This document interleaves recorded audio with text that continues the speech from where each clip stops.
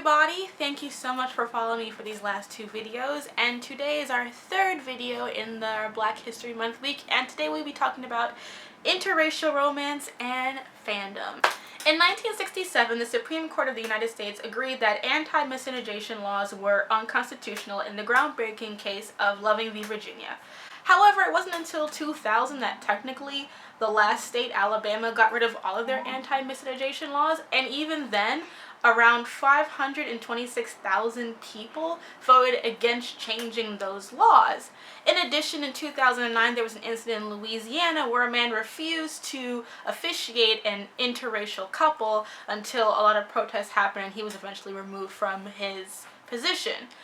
Interracial relationships have definitely become more mainstream since then. In addition to Loving v. Virginia, we had the Lucille Ball show I Love Lucy, where Lucy and Ricky Ricardo were the first interracial relationship ever to be seen on television. And then Star Trek, as we remember, had the infamous kiss between Uhura and Kirk, which people were actually for the most part okay with, because I guess people were like, Uhura is attractive enough that I wouldn't mind kissing her even though she's a Negro. But at the same time, there have been a lot of pushback as to having Black women be the main leads for white men, especially if they are not traditionally attractive, whereas leaning more towards Eurocentric standards. Even when they do, people still tend to not like them because they really don't want these darkies with their whiteys. And for the most part in this video, I will be talking about relationships between Black women and white men. Hale and Kenzie from Lost Girl, where a lot of people prefer Kenzie with a guy named Dyson, who she shows no romantic interest in, but still that's where people want her to be with. There is even people who don't like Kara and Jimmy Olsen because they think Jimmy is a playa. And they also would prefer her to be with her creepy, kind of stalkery white dude Wes. This is not to say that there aren't popular interracial ships. Archer and Lana, Zoe and Wash, even Ickaby has managed to be very popular in spite of there being some objection towards it, mostly of people saying, well, why can't Abby just be a strong, independent Black woman? Why can't she just be like by herself forever and just be like the best powerful woman ever?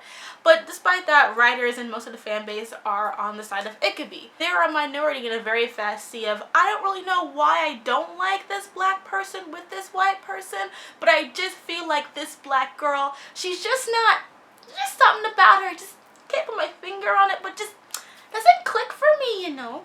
And this video will be talking about specifically 5 relationships and their relationship to the fandoms that support them, hate them, and are very fucked up towards them. As always, thumbs up, subscribe, and share. And again, thank you for all the great support that's been happening the past few weeks. And next week, for those who have been saying, well, if Black people want to have their own sci-fi and fantasy, they should write their own. Next week is going to be all about Black authors in sci-fi and fantasy. So thank you so much for watching, and let's get to it. Let's start off with one of my favorites, Arthur and Gwen from BBC Merlin. The character of Gwen, as played by Angel Colby, was entirely different from her original character from the Arthurian legends. She was the commoner who would be raised to royalty, not Arthur. Oh, and yeah, she was Black. So there was that whole controversy. The first season, they didn't really know what they were doing and hinted at many couples that would become either debunked in the latter part of the season or flipped over. So eventually at the end of the season 1, they decided that they were definitely going to be going the route of Gwen and Arthur. And people were just not having it. A huge chunk of the fan base wanted Merthyr, which was Merlin and Arthur, to be a couple. That was just never going to happen because the writers were never going to let that happen. And although there has been a history of adaptations making Arthur kind of queer, I know there have been ones where they've hinted that he has a attraction to Lancelot and vice versa. I think it was Mists of Avalon that did this, I'm not exactly sure, but I think that was one that did that sort of interpretation. So there's a precedent for it. It could have happened, it wasn't happening here. And the other fan base just couldn't put their finger on it. Gwen just wasn't right, you know? She just wasn't what they figured Guinevere should be. Even though she was queenly, even though she was kind, even though she was loving, she just wasn't right for it. They did, however, feel that they should have had someone more like Katie McGrath or the actress who played Mythian to be the actress playing Gwen. In fact, there were people who shipped Merthyr who said, you know, even though I think Merthyr should be Endgame, I would be okay if Arthur ended up with Mythian because they just have so much in common, like melanin and lack thereof. It really comes to focus when you see their complaints against her that she was too kind or too sweet or too caring or too cute. These are not things that people say about white female characters that are liked, i.e. the Felicities of the world. But however people listen to them in the writing world, at least that's what I believe. That's why there were no kiss scenes or final intimate romance scenes between Arthur and Guinevere in the final season. Instead, the entire last arc of the show is all about Arthur and Merlin and their relationship, which in many ways is valid because they were best friends, kind of. If you could beat and torment your best friend and call your best friend your servant, you know, totes. But at the same time, a lot of fans still right now think that Angel Colby was the weak link in the Merlin cast, which is so stupid.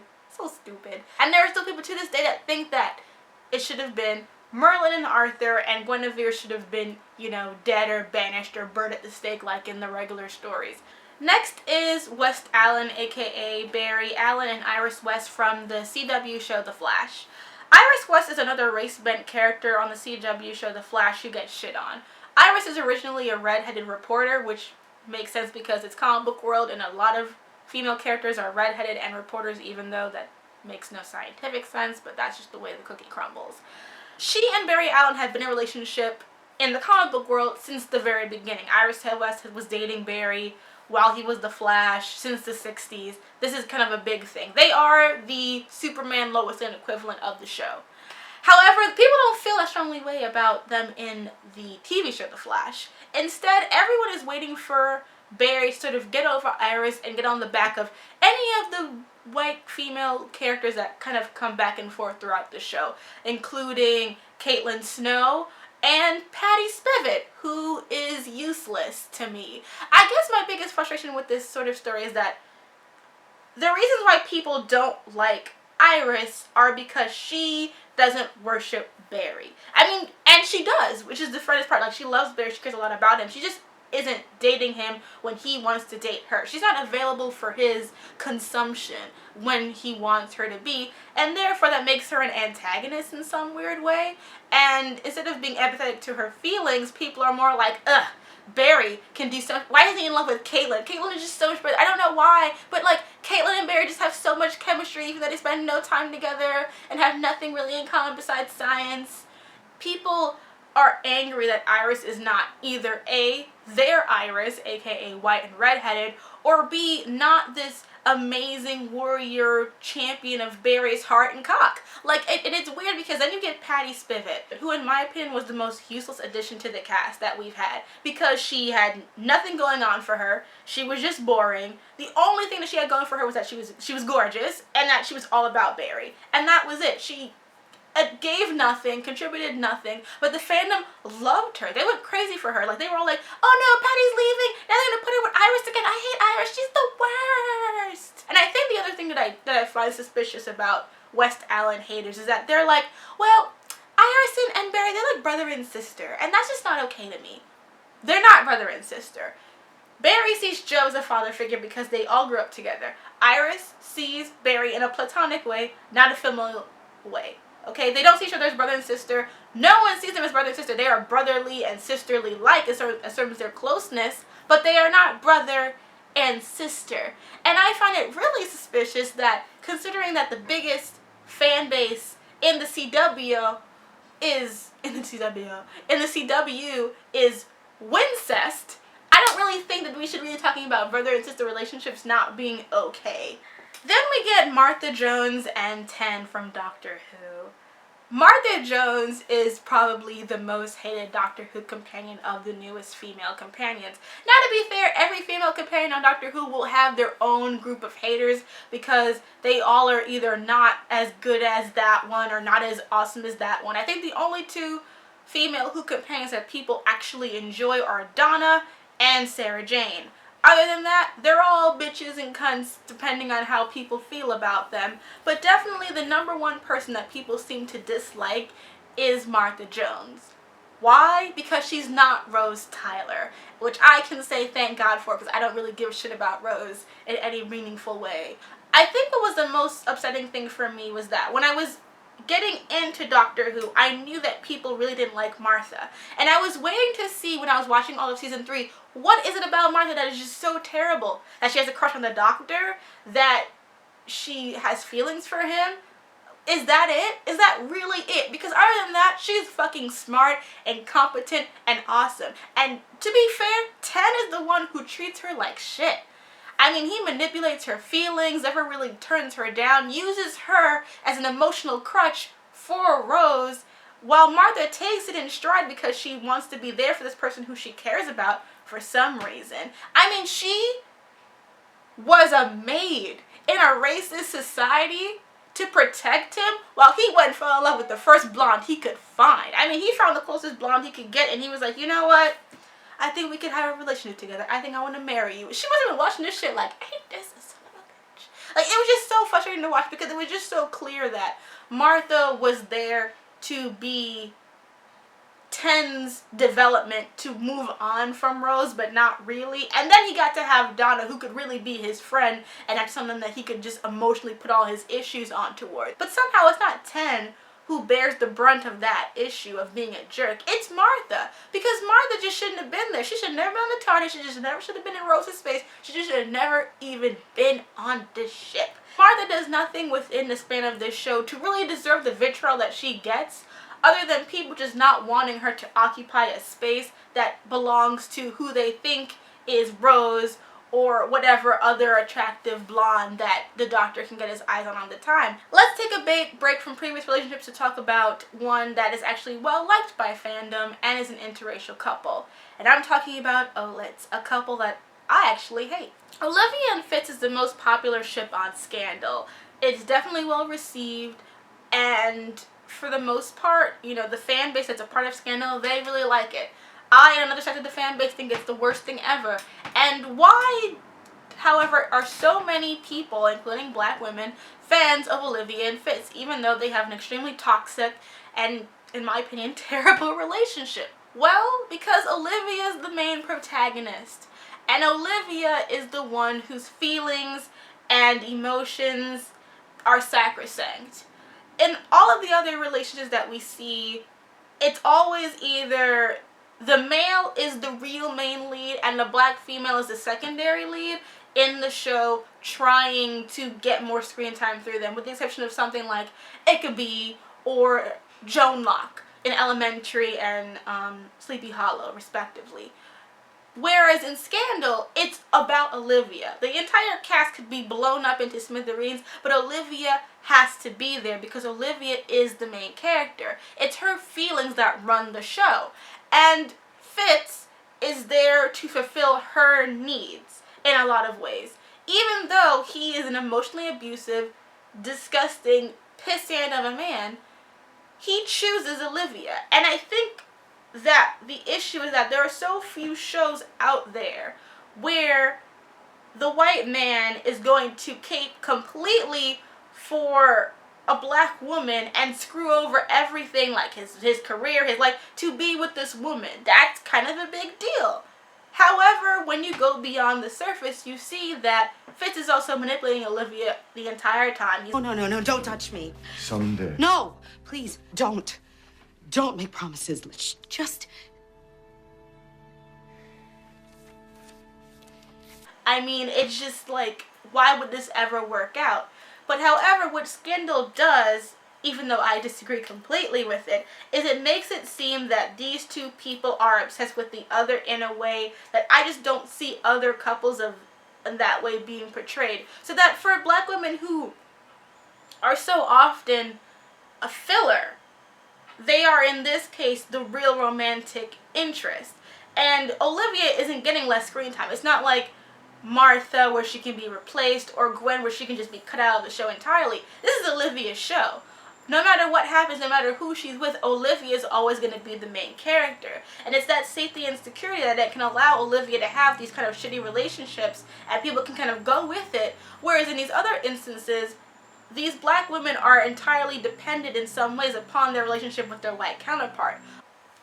So I want to finish up this video. I tried to make it short and more compact. I hope I'm doing a good job.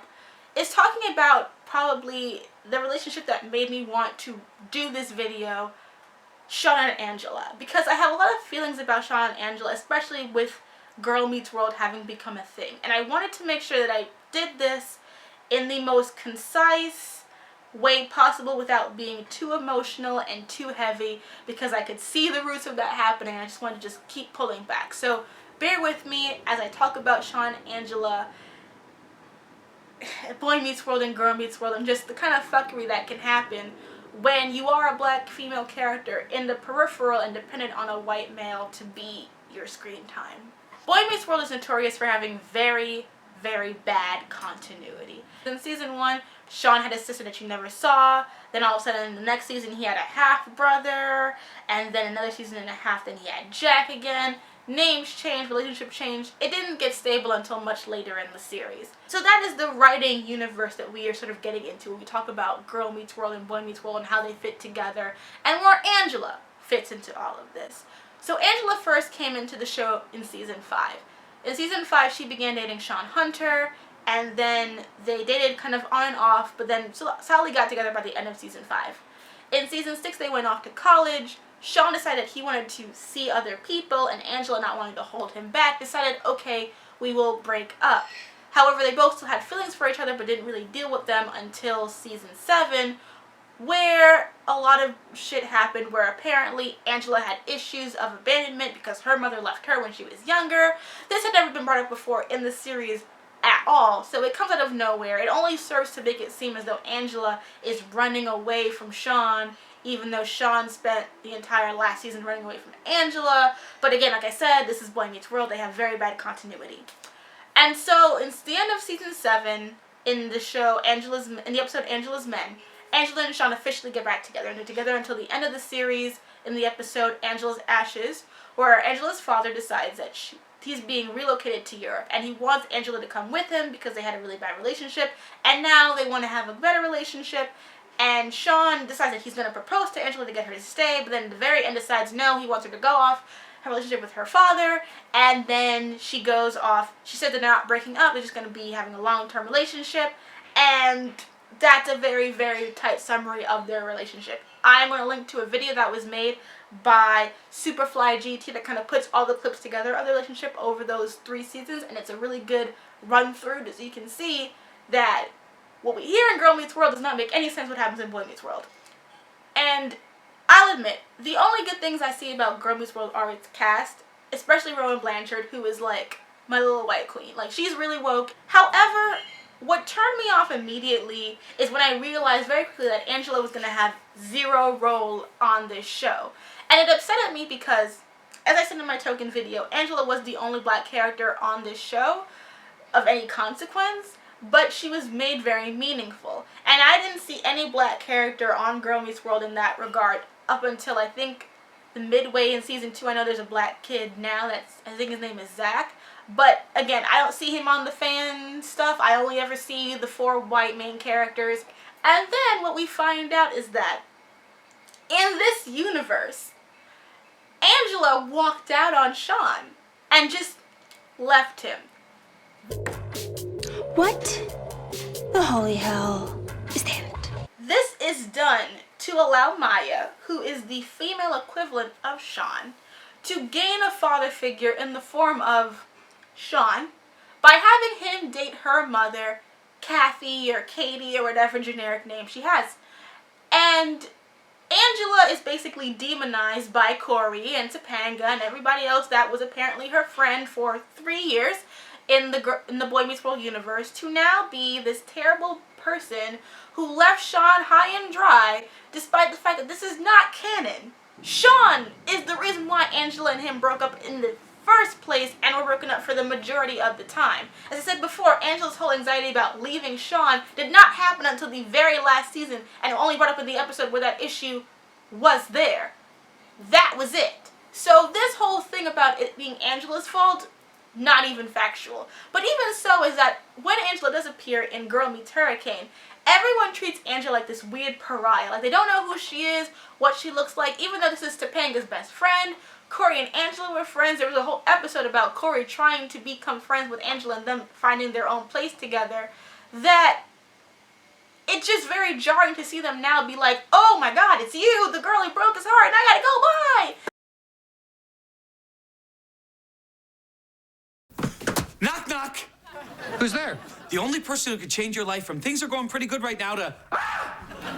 Remember you and him for a while, then you went away? Let me show you what that looked like.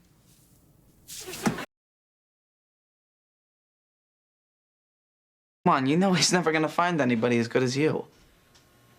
So this is what you broke up with Angela for, to hang out with guys like that. So even a kiss like you and I just had is just a kiss between friends. Because you don't love me. Yeah. Sorry. It's okay, I've been getting a lot of that lately. You don't deserve it. You know you're a great person. Thanks for talking me down. Come here. It's just so bad and so disturbing. And I think what's even more disturbing is that the fans who are old enough to know better are okay with this because they want Maya to be happy and are okay with allowing Angela to be demonized and destroyed as a character because it'll allow Maya to be happy and it'll allow Shawn to have a woman who will be there for him. And the writers themselves, their excuse for this is that it's to be realistic. Now let us be clear about something. Boy Meets World is not a realistic show. This is not Parenthood. This isn't even Gilmore Girls, okay? This show had one of the worst continuities I've ever seen. And they retconned Corey and Topanga's relationship, that they've been like best friends and in love with each other since they were in like in vitro. Even though if you watch the first season, that's not the case. They were not friends since the very beginning. And the show fixes it so that Corey and Topanga have had this near-perfect relationship for their entire lives. That's unrealistic. That, as the premise of that show, moving on to be the parents of the main character of this show, makes the show unrealistic to begin with. The apartment that they have, despite the fact that Corey is a public school teacher and Topanga is a lawyer who never lawyers, this is their apartment. The fact that they live in New York City, but there are barely any black people or minorities to be seen at all, that is unrealistic. Angela and Shawn being together is not unrealistic. The fact that every single person from Philadelphia is in New York City at some time or another to just be there for random reasons or connected to the plot in some random way, that is unrealistic. Not Shawn and Angela. And when I was growing up, I didn't have the internet. I did not know that people really did not like Angela. I mean, people really didn't like her. They really thought that she was just not good enough for Shawn, not pretty enough, not cute enough, all the typical shit that you hear still today about black girls not being pretty enough or good enough for these white guys. But it's just so upsetting to me that so many of the people who are so hard for Shawn and Kathy, or whatever her name is, are just very ambivalent to the reality of what they're erasing in order for that ship to exist. It's not about ship wars, mind you. It's about Angela being treated as a lesser person, a lesser character, so that she can be the villain in this love story and basically erase what was canon to make Shawn be the victim when he is not the victim. He is the one who instigated this thing in the first place so that he can have his new bride of so these white kids can be happy. And I hate to just say white kids to make it sound like I'm trying to play race baiting, but that's the reality is they're screwing over a black woman and screwing over her character so that the white characters can be happy. And because she was the only black character of consequence in the entire thing of Boy Meets World, how can it not be racially related? I mean, to break up them, amongst all of the people you could have broken up or just ignored or flat out just not brought back, you chose to bring back characters that you didn't even bring back within the own span of the series. A teacher who went into a coma at the end of season 3, you didn't bring him back until Girl Meets World season 2, and you mean to tell me that that's more important than having Angela have her own reality? They can call him Uncle, but they don't know who the fuck Angela is? It boggles the mind. Interracial relationships are no longer taboo or weird or odd to see. They are no longer illegal. However, they still stigmatize. And at the end of the day, it doesn't matter if you put them with a white person. If they're still going to be screwed over, it's not going to change anything. what's most important to understand is that these laws of miscegenation were brought into power to protect whiteness. As long as we are still racist and have a lot of misogyny towards black women, the problem is never going to go away, no matter how many interracial relationships there are. The important thing is to fix racism, not just have black people and white people date. Anyway, that is the video for today. I hope that you enjoyed my rantings and ravings. I hope that I kind of made my point across clearly. Thank you so much for watching, and I will see you guys next week for Black People in Sci-Fi.